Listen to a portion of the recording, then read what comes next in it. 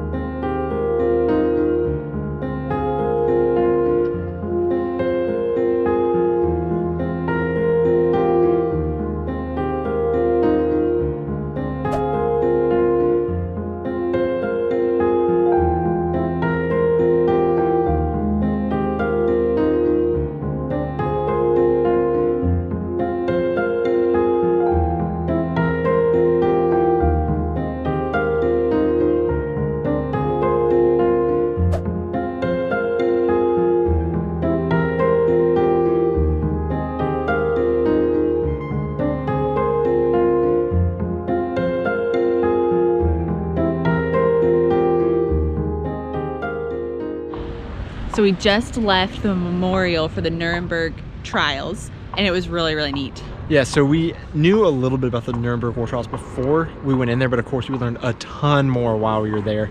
So the Nuremberg war trials was when the USSR, United States, Great Britain, and France all tried Nazi leadership for war crimes during World War II against non-German citizens. The trials took place, obviously, in Nuremberg, in the Nuremberg Judicial Palace. Okay, so the museum was in that palace that they converted into a museum. And so you go upstairs, and I was expecting there to be, you know, like artifacts or things that you see at a museum, but it was pretty much just the audio guide and just listening and reading for the whole time. And we spent about 2 hours, but like they had so much detailed information. Like you could spend hours upon hours there. We kind of had to start just picking and choosing what we wanted before it closed. So interesting, learned a ton. They have the actual courtroom that you can go into and learn more about that and like see where they were actually tried. Yeah, and the courtroom was altered for the trials from what it originally looked like, a major courtroom even before the Nuremberg trials, and then they converted it for larger crowds for the Nuremberg trials, and then now it's been reconverted back to its original form. So it doesn't look like what it did whenever the trials occurred, but you still got a really amazing like view of that incredibly historic place firsthand in that room, even though it's not exactly what it looked like back then. But so the museum costs €6 per person to get in, and like Aubrey said, you could spend hours and hours listening through listening to that audio guide, because there is so much information there. And so this kind of helped prepare us for tomorrow when we're going to go to Dachau concentration camp, and it's going to be a little heavy, but we're really going to learn a lot more about the Holocaust. I've never been to a concentration camp. My mom hasn't either, and so Donnie has, so he's kind of preparing us for what to expect. But this kind of helped to get our mindset for it and prepare us. Yeah. So now we're going to head back to the Airbnb, relax again for the evening, and then get prepared for the next big day tomorrow at Dachau concentration camp.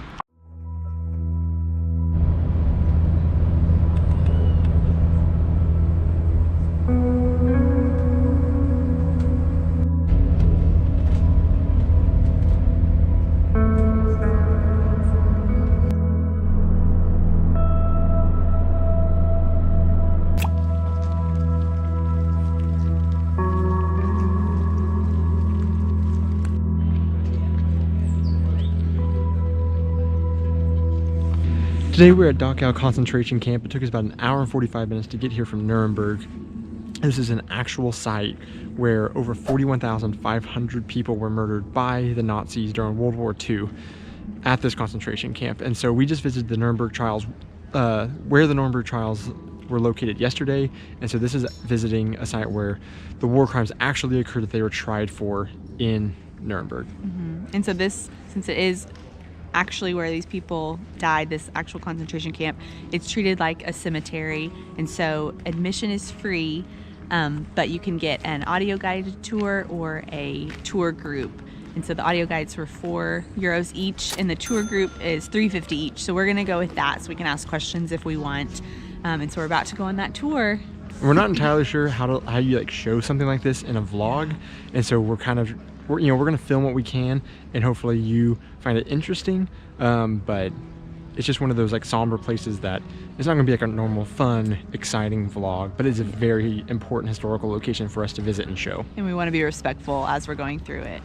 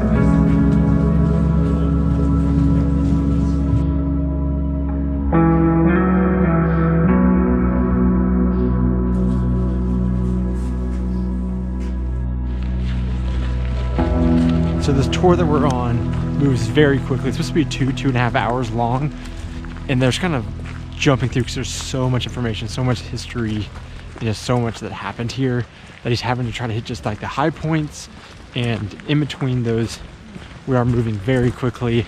So I'm not getting a chance to really like absorb a whole lot, I don't feel like. So I'm excited to be able to, once the tour's over, when we get all of the information that he has, which is really good, interesting information, we'll be able to go back and visit and take our time through the site a little bit more. But right now we're walking on the main road between where all of the barracks were. And now they're not standing anymore. They have two that are just reconstructions that you saw, where they had like the beds and the barracks and stuff, all reconstructed. But they left the foundations as a site so that we can kind of see exactly where the barracks were whenever they stood.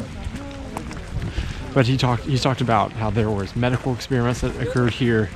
Showed the hospital where we were, where they did like cold water experiments, where they were trying to test at what point would Air Force soldiers who were shot down in the North Sea would die after cold exposure.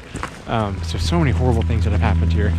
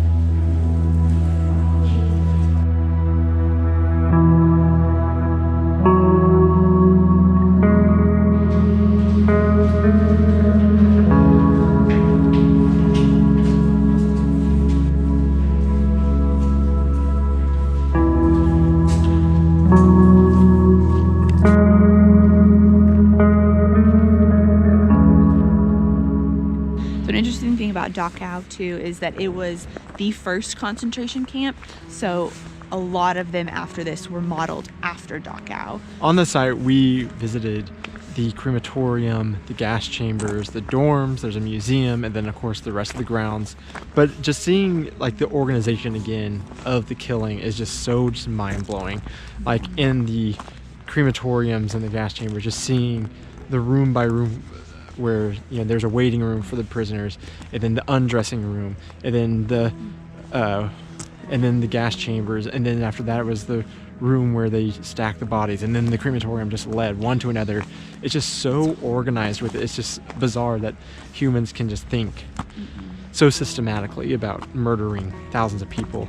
And one of the other surprising things for me too is going to a concentration camp is really learning more about how, you know, the focus is on Jews, which is, you know, a huge part of it, but then also the There's so many others. Roma, the homosexual, the political prisoners. I mean, Polish, Slavish, anyone who spoke out against their government, really, even like German citizens. So, and the hierarchy of the prisoners, even they were talking about how even the dorms were set up based off of completely based off of race. So the front dorms that was closest to the kitchen was based off of, or were for German prisoners, and then it was all the way at the back were like Jewish prisoners and Russian prisoners, and it was all just because they had to go to the kitchen to get the food, bring it out, and then the food to the front dorms would still be warm, and the ones in the back would be cold at that point. And so it was all just based off of race. Pretty profound experience.